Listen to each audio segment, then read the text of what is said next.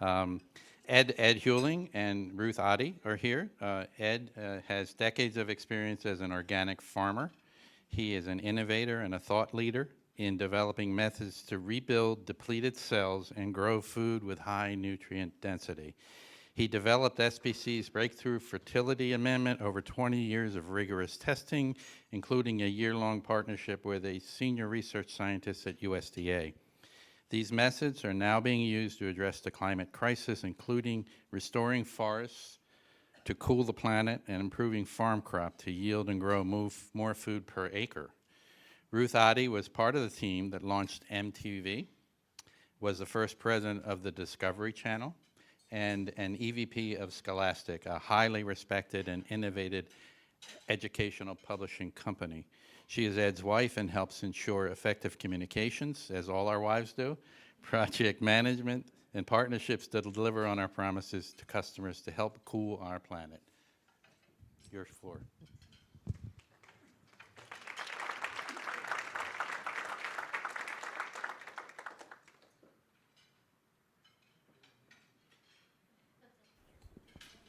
Yeah. Thank you.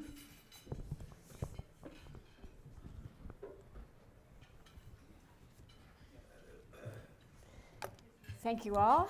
Thank you for the introduction. It's great to be here. I want to thank Peter Dawson for introducing us to the Chamber, and we have so many things to share with you today. I'm going to hop right to, but there's a couple of things I need to say. First of all, as Hal said, 23 years we've been at this with this never-stopping passion to ensure that our soils have the nutrients that then end up in the plants and the things we eat, because if it's not there, the chromium or the selenium or whatever, it's not in the soil, it's not in the plant, and it's not in us, and we need all these minerals to survive and thrive. So basically what we want to do today is tell you what we see happening in the world, particularly around the intersection of climate change and farming. And I want to say that we can only see through the lens of farmers. We're not climate experts, we're not scientists, we are simply devoted people trying to make food better and make farmers more productive and help to replant forests. And so we decided that, given that you're all adults, you run businesses, you run organizations, that we can share with you our interpretation of what's really going on. And some of that is not too easy to listen to, so we apologize in advance where you have some rough news in the beginning of this, but there are solutions that we have, there are many people working on these things. So we're going to share kind of our view of what's going on and then what we're going to do to try to make an impact, what our company is, where we're headed. So, we there? Did I forget anything? Sure. Okay. Oh, first of all, you obviously need to understand the problem before you can invent solutions. So we're going to start with that. You all know that, having run organizations and made things happen. So, Okay. Go ahead, Dave. Thank you. It's great to be here, and we hope you enjoy your lunch and learn something here. So, humans have been caught up in a vicious cycle for the past 10,000 years, ever since agriculture began. That cycle destroyed many civilizations over that time, and it will destroy us if we don't find a way out of this cycle. We believe that we have developed part of the solution to do so, and that, as Ruth said, there's many other brilliant people working on this, but there's not much time, and there's not enough resources at this point being invested to solve these issues. So let me explain. Humans have been cutting and burning trees since agriculture began in order to open the soil to the sun. Our ancestors planted their crops in rich soil created by trees. As the population grew, they cut down more trees, and that is the trap. Because trees generate rain and they cool the earth locally and globally. So what happened every time is that over a period of at least hundreds of years, soil became more and more depleted. What this meant is that the amount of food that could be grown on a given plot of land kept decreasing as the population of that civilization kept growing. The solution was always to cut down more and more trees, faster and faster for more fresh land to farm. When they cut down trees on hillsides, rain literally washed the topsoil into the valleys and out to sea. The collapse of each civilization came when the size of the population and the deforested area grew large enough to disrupt the rain and to heat up the region to the point where a catastrophic drought and summer heat combined with the lower soil output caused crop failures at a level that caused starvation or migration of the population. When this occurred in tropical or semi-tropical areas, this destruction of soil and loss of rain became permanent as deserts as we know them now. So let's take a look at where we are in this historical reconstruction that Ed just shared with you. So there's recently, maybe a year ago or so, the IPCC reported the following. Do you know who that is? The UN Intergovernmental Panel on Climate Change. It's like 270 scientists from around the world, distinguished, very smart people who are monitoring many different aspects of climate change. Yeah, so go ahead and share the number. So it's a disturbing number. They've reported now that 46% of all the surface of the land area on Earth is now desert or arid wasteland, which basically means we can't grow food without assistance from irrigation or other assistance. So that really begs the question, how long can we keep on with this cycle before it's unsustainable? I think I should say that a lot of people cutting down trees weren't doing any harm as far as they could see. They were feeding their families, or they had made promises to a local store as a farmer and to deliver it. And even for me, I don't know how about you all, but this news that forests generate rain and cool the earth by literally exporting heat to the outer space is not something I knew. Like, I love trees, but now that I get that, every tree being cut is not getting rid of the heat and is not generating rain. That's a really big issue. So basically, there are many, many, many warnings about this. If you guys go on and look around, you'll feel worse than we've made you feel right now. You came for a nice lunch and to see your friends and people you care about, and here we are like with this heavy thing, but there's a lot going on to fix the situation, let me repeat. So basically, many, many scientists are warning now that what could happen when there is this catastrophic lack of water, lack of food, is disruptions in the order of society. People desperate, people leaving, stealing, doing whatever they have to do to feed their family. And many other experts are predicting, very sorry to tell you this, but that the Amazon rainforest now, which brings rain to the US in the West Coast and it affects us, is so reduced and so shrunken in chunks all around that it could become a dry savanna. Like, literally, this rain generator could become desert-like. The other thing is that as we cut down trees, then the earth can't deal, then we could, suffer more rain shortages, basically. So you can read about this and you can see some of the impact of what's happened. But this is not just about the rainforest. The things we're talking about that trees do, like here in this area, we don't realize the problem because we have such magnificent forests. Every trip you take, you're seeing beautiful countryside, and those trees are doing this. They are getting rid of the heat for us, and they are generating rain for us. It'll tell you scientifically why. And we've now talked about this, Ed, so I'm going to pass that. So let us just give you the primer, because this is important to the next chapter. Yeah, so the simple story on trees is basically the sun shines on the tree, it hits the leaves are a little bit dark green, the leaves heat up, and just like water in a pan on your stove evaporates, the water inside the tree leaves evaporates. The tree pulls up water from the ground, it evaporates it, and when that evaporation happens, something very important happens, is that it basically withdraws heat or removes heat around the tree, around the leaves, at the ground level. And since water vapor is significantly lighter than air, the water vapor is buoyed up into the upper atmosphere, where once it reaches the atmosphere, it's cold, it condenses, forms clouds, and the heat that was removed from the surface of the Earth gets released up in the atmosphere, and then most of that heat radiates back out to space. So basically, trees are amazing machines for taking heat at the Earth's surface and facilitating that heat being removed and radiated back out to space. So when you take a walk with your grandchild in a forest, you know it's cooler. Now you know why. The trees all around us all the time are exporting excess heat.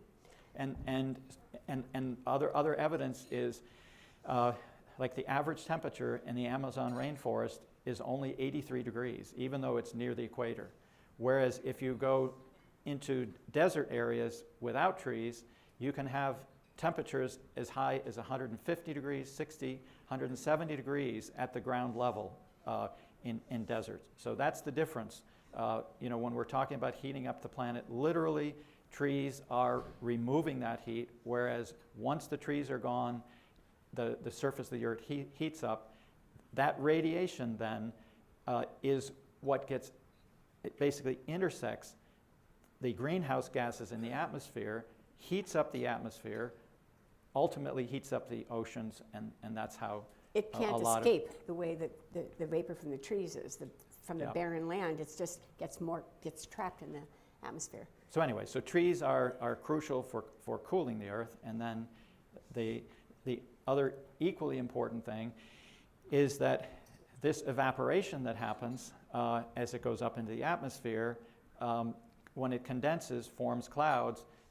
Most of the rain that happens over land areas is coming through evaporation from plants. So it's basically recycled water from plants. So that once the plants or trees are no longer there, then you don't have that evaporation and the rain stops, which is, we can see more and more all over the world. Or droughts and prolonged. A couple other important details is that trees evolved symbioses that facilitated the rain, including that there are bacteria that are emitted from the stomata of trees that float up into the atmosphere, and they're called precipitation nuclei. In other words, for a water molecule in the atmosphere to actually aggregate into a raindrop, you need something to aggregate around. And the bacteria that are emitted by tree leaves are those nuclei. So if you don't have these nuclei, then rain rain doesn't form unless the temperature is much lower. So anyway, basically trees and this partnership with microbes are creating a situation where there's more rain, which of course trees need, and it helps them survive. But we need the rain as well. Okay, so to sum it up for you then, this Russian woman who's a leader in all of this says, forests are complex, self-sustaining rain-making systems. I mean, isn't that a beautiful summary of, we should have said that maybe first and we wouldn't have had to explain all this to you, but now you know there's all this, biology and thermodynamics and everything else underneath it. But the bottom line is we cut forests, we're interfering with the cooling of the earth directly, and we're helping stop rainfall. We're shortening the likelihood that we can have rain. So it is very serious when you look at the deforestation rates that are actually happening around the world. So just to close this topic now and go on, this one quote from the Rainforest Foundation in Oslo is just so beautiful to explain it. Humans continue to chop down rainforests into smaller pieces, thus reducing their ability to store carbon, cool the planet, produce rain, and provide habitats. So you can see this pink area that was all, destroyed. It's a beautiful summary of what we just tried to explain to you. And then there's all kind of scientists so worried about certain rainforests around the world getting closer to when the loss of tree cover will finally push it past the point of no return, losing our greatest shield against rising temperatures. So that's the bad news. Okay. Ruth, let me mention one thing is you might say, well, how does one project like that, or even multiple projects, when there's still trees around, it's disproportionately important because Since water over land gets transported mostly from the ocean, then when you have significant areas that are breaking the continuity from that water vapor from the ocean onto land, at a certain point, you don't get water farther inland. And that's why, you know, these big projects in the Amazon are beginning to be so significant that they're interrupting this flow of moisture deeper and deeper into the continents. Okay, so given this set of issues, we have to stay on our time track. So, and what we know in terms of being farmers for this many years, what are we doing? So we have two areas where we think that we can contribute. First is in restoring soil, restoring the richness and the aliveness of soil, which we've been working on for a very long time, to grow more food per acre. If we could grow more food per acre, then there wouldn't be nearly as much pressure to cut trees for fertile land. And then secondly, in forests, our goal is to plant literally millions of trees. And to do so, giving it this nutrient base to start, giving it a strong, you know, beginning of minerals and microbes and things that all plants need right at the beginning of the little baby trees' lives, so that we can obviously help the cooling and the rainfall that we've just been talking about. So the soil fertility story is a key part of this. Ed's been at this for 20 years, and over the last 4 years, working with you, Peter, at the DNR on the land in Hopewell and in Hillsborough and in Southampton, we've been doing really large tests of this soil fertility and its impact. So tell them just a little bit about this. Yeah, the first few years as an organic farmer, I really struggled because, you know, soils are so depleted that when you try to grow crops without pesticides, then you've got insect problems and disease problems, and it was a real struggle. We thought you planted seeds and they grew. Oh. Soil science is so complicated, trying to diagnose why, and this aphid is here, and this, you know, just, it was really, really challenging. So then we had to get inside to figure out, tell them about the Andes and everything. Yeah, so really I sort of took a step back and said, let me look at soils that, you know, virgin soils, whether they're virgin grasslands or forests, study the soil, see if I can understand what's going on, what those soils have that are producing, you know, magnificent trees and other crops that are missing for us here. And that's really the beginning of what helped me recreate soil, create the way to restore soils. You know, it turns out that there's literally thousands of species of beneficial microbes in healthy soil. There's dozens of essential elements that the trees need, that we need, that animals need, that have been basically extracted by crop production year after year that need to be replaced. Chromium, selenium, zinc, you know, just... Yeah, look at the table of elements. I mean, most of those elements, you know, humans and animals and plants evolved needing, and by extracting them with agriculture and not returning them, you end up with soil that can't support optimal plant growth or health of the whole ecosystem. And then the other thing is that with plowing, with cropping, with various forms of chemical fertilizers and pesticides, then the organic matter, the brown or black stuff here, gets oxidized.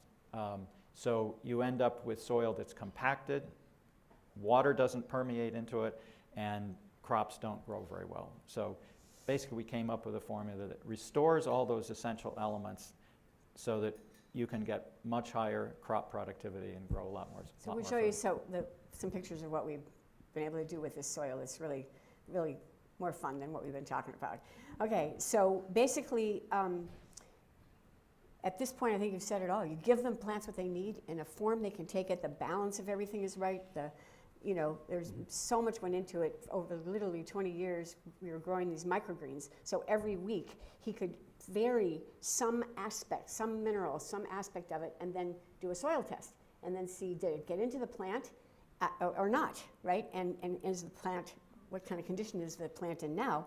So it was endless. It's like all we talked about, like, oh, I died with the magnesium, and you know, but it was tough too, because we didn't know we'd end up with something.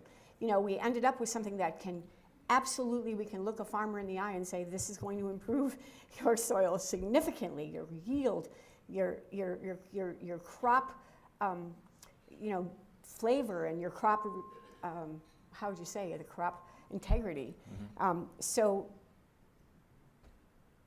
20 years of that, and then we went to test it on a big scale. We tested it a lot in small places all around Virginia where we used to live, down by DC. And now, over the last 3 years, as I said, we've had these large tests, 40, 50 acres, and we're going to show you a little bit about that. So the first thing we do, this is a really crucial part, is the soil product that he just described with all those beautiful traits gets spread all around the land of our farmer partner. And we just, it has to be a big dose. It's 10 tons per acre, because it has to make a difference on extensive depleted soils. Okay, so here's what we got this past summer in Southampton, New Jersey. You can just see the beautiful field. I mean, this is about 6 weeks in, right? And tell them what they're looking at in terms of what kind of plants these are. Yeah, it's just a mixed forage plants that cows love for grazing, Sudan grass and sunflowers, millet, cowpeas. You want your cows to be eating the most nutrient-dense, food every inch of the way. Why? Because they're eating machines. You want to fatten them up so that you can sell them for a good price for meat. So you can see here that we were just thrilled with this, result. Particularly when all of June and July this past summer, a lot of New Jersey looked like this, central New Jersey. It was a horrendous drought. And this is the same farm where we were right next to, right what you just saw. So every single day it was just like crazy making. Like I would go home and think, oh my God, what if our plants are just all going to die and drop dead because we had this green, magnificent stuff, and this was around it. We brought the corn to show you. It was devastating for the farmers here. Many of them had to plow their entire crop under. Like this stuff was planted in April on the left, and you can see that it just was very, once the very dry, bad. hot dry period came, basically the corn stopped growing and ultimately died. And this is a really large, successful farm, but they don't have irrigation. It's very, very expensive. Sometimes you don't have the throughput of enough water. So none of this got any. So just to remind you again, this is just another shot of our field. And, the cows were, so happy, and it was a real thrill to produce this. And to know that we could do it in the middle of a drought. And essentially, I think the roots were able to find water somehow. Well, the mycorrhizal fungi in our inoculant basically extends out from the roots and collects water that the roots by themselves wouldn't be able to acquire. And we're happy about this because, as you know, there's more and more inconsistent rainfall, drier, there's dry periods that are causing crop losses all around the world. So for us to be able to restore soil and work our way through severe drought periods. Basically, we had 1/16 of an inch of rain for 8 weeks this summer. The entire life of this crop had 1/16 of an inch of rain. So that's what's possible. And think about what this could mean for food production around the world if we restored the biology and these minerals. Okay, so then another farm we worked at was Lima Family Farms. They have a great sort of store where they sell their things. You might know them from out there in Hillsborough.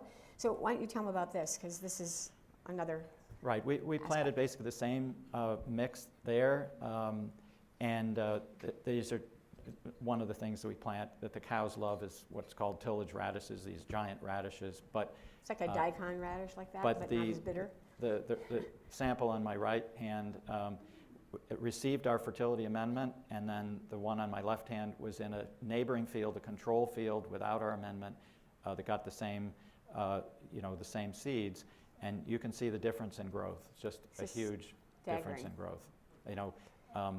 John said to me this past October, when pretty much his other grasses had shut down for the season, he called me and said, Ed, he said, we put our fertility, the plants are literally exploding out of the ground in October. So it just really makes a difference in crop productivity. Okay, so, and then this is how we met Peter. This is the St. Michael's Farm Preserve in Hopewell, the beautiful space in the center of the village, or the township, I guess you call it. Anyway, so we planted this forage mixture there, and this is the same result. One of them is just that the camera angle is from the top. I think Bodie took this picture on a ladder. We forgot to introduce our colleague who's here. And then you're looking straight into the same crop on the right side. But you can see it. It was, I think it was 8 feet tall. Yeah, 9 feet. So this isn't corn. These are grasses. These are, annual summer grasses for animals. It's called Sudan grass. But look what happened. We had 6 times more product, 6 times more Sudan grass grow than the control fields that didn't get our fertility. Right nearby. The protein content of that forage was 50% higher than the group that didn't get our fertility. So that really helps the animal weight gain aspect, right? They're eating this nutrient-dense food, but it's higher in protein. The cow weight gain per day is twice as high, which we were thrilled about. Which by itself doubles farm income, because farmers get paid by how much weight they're putting on their animals. So by doubling the weight gain and providing more forage, it makes a huge difference to farmers. So we were really excited about this whole experience. And we wanted to now give you a little bit more sense of our farming system, besides applying the fertilizer, our fertility, which is first, then planting this extra nutritious food for the cows, so they're eating something that tastes great and is very nutritious, and then how they graze. So Ed will tell you about how we graze animals. Right, so the core really is the fertility, which restores soil productivity. With grazing systems in this area, since you have periods of the year where you don't have good grass growth, like in the fall and in the spring where it's cold, and in the middle of summer, pretty much grass growth stops. So we help farmers with interplanting in the summertime, warm, heat-loving crops so that they get good production in the summertime, and then we interplant cool season crops in the fall and the spring to help get more growth in the fall when they're not getting much grass.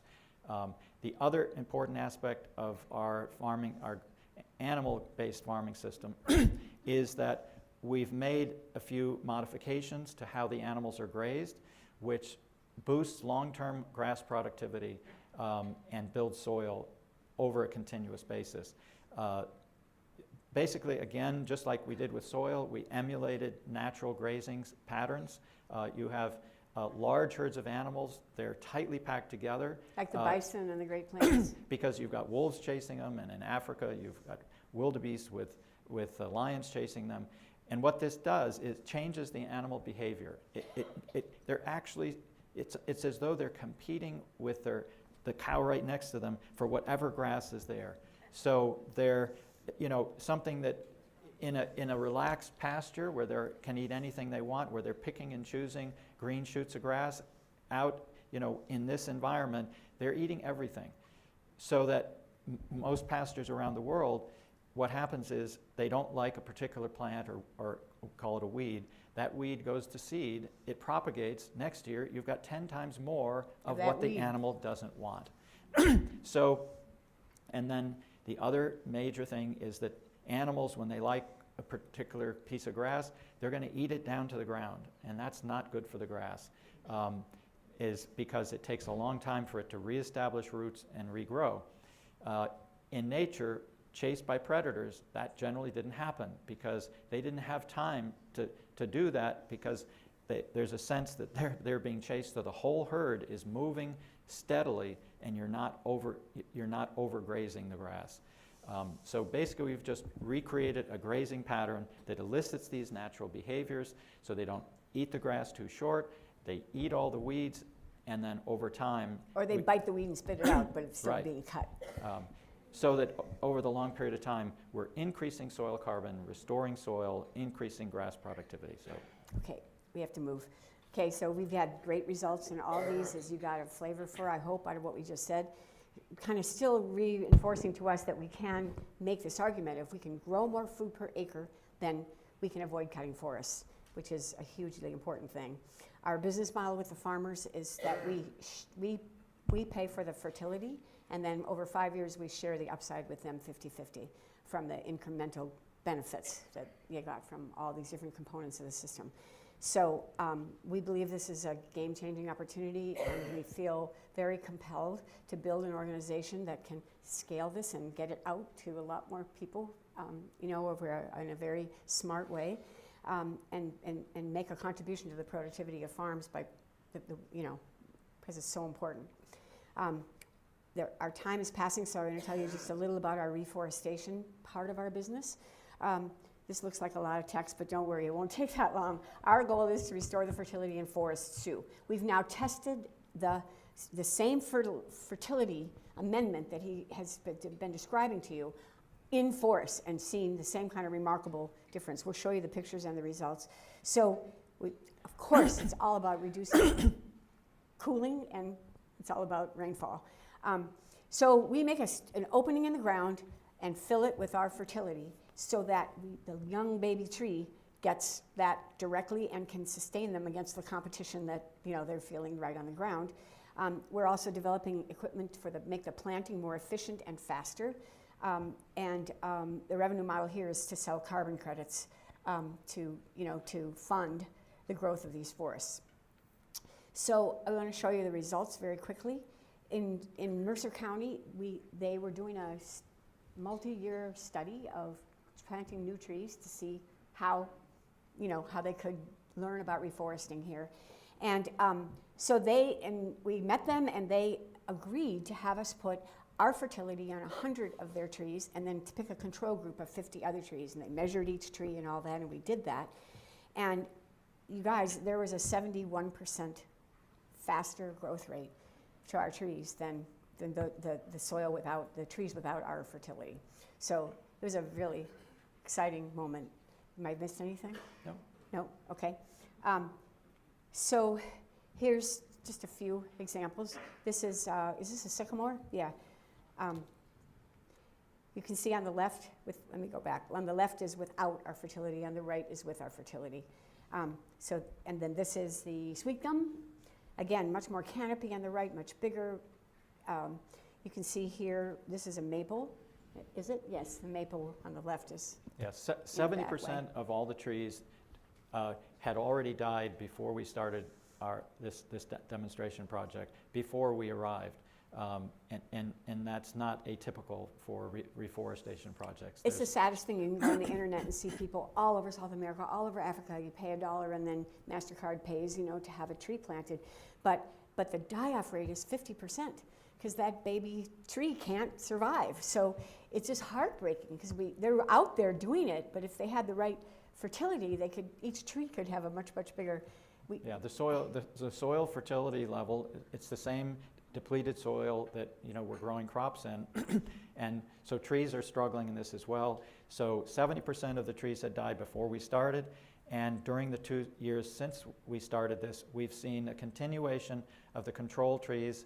Probably another 25 or 30% of those trees have died, but we've seen not one of the trees with our fertility amendment has died. So we increase tree longevity as well as the growth rate of the tree. Okay, and then last piece, we took, John Lima gave us land, and we planted 12,000 trees last summer. On the left, without our fertility, the trees got to be about 18 inches to 24 inches tall, and on the right, 4 feet to 7 feet, and with our fertility on the right. You can see one of our employees here. Anything else I should say about this? No. Everything's the same. They're right next to each other. There's no difference. Might mention that this was all during the same extreme drought that we saw with the crop failure. So, so difficult year to grow anything. We did apply water to both the control trees and our trees a couple times, just during periods when we might have lost everything. But anyway, it was a difficult year, but you can see the difference when you have the microbiology. Okay, so you guys, the last slide, where's Alice? We're close to on time. So basically, it seems so obvious, right? As a world, we have to stop deforestation. We have to stop cutting down trees at the rate that we are, because of all the obvious benefits. We need to, number 2, restore soil fertility on farms so we can grow more food on the same amount of land and not need to cut down more forests. And then third, improve how we regrow forests. You can see by the survival rate. And also, Ed didn't say, we forgot, that most of the trees that are being planted around the world is 1 or 2 species. We're planting 20 species because that gives you a whole set of different birds and bugs and rodents and that follows, so that the eventual forest will be biodiverse. But all these big over tree 90% plantations of all trees being replanted around the world are single species tree plantations, and that is not good ecologically. So it's like you're on the path to doing some good things as a world, but the tools and the philosophy behind it of just put the seed in is not enough in depleted soils. I hope we haven't overwhelmed you with the bad news. I really feel sad. It takes a while to get over that. At the same time, it's not just us doing things. We have met amazing people. As a matter of fact, just tell them 2 lines about the water retention, because that strategy is we're going to add into our package now for farms. Yeah, just briefly, even in North America, there was something like, tens of millions of beavers, and just sort of a simple rodent animal. But what they did was they dammed up little streams everywhere and basically hydrated the land. So basically what humans have done, as well as cutting the trees, is we've opened up all these waterways. We've drained drained these low areas to be able to grow more food. But all that water now, when you get hard rain with compacted soils, you all know what happens in the Mississippi and really flooding all over the world.